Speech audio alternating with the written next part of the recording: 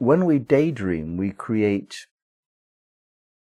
a relationship, shall we call it, between the physical body that brings about the mechanics of the capacity we have to dream, and the mental body, which expresses itself much more freely when there's an absolutely responsive and blank canvas to play with.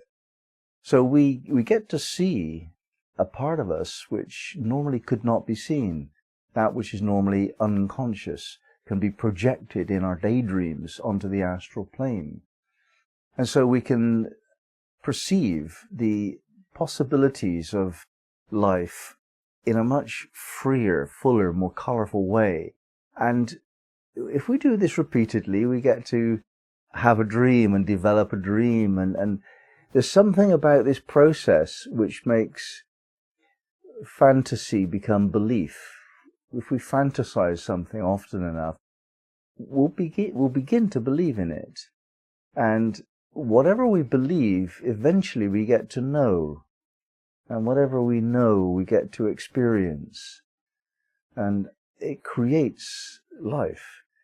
The process is complex, and it takes a certain time, and it takes a certain commitment and a certain emotional intensity. Whatever you have clear in mind and full on in your passion, this is what charges up the astral plane. This is what makes astral reality full on and likelier, therefore, to become manifest in the physical world.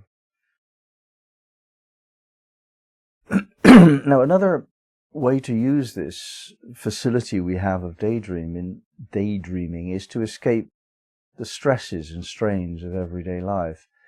It's just too much to cope sometimes. Life is really intense indeed, and we need to allow the soul some freedom. The soul's nature is not physical.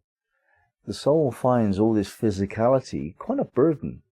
And occasionally, I think all of us feel somewhat imprisoned here on earth. And some feel imprisoned within the body.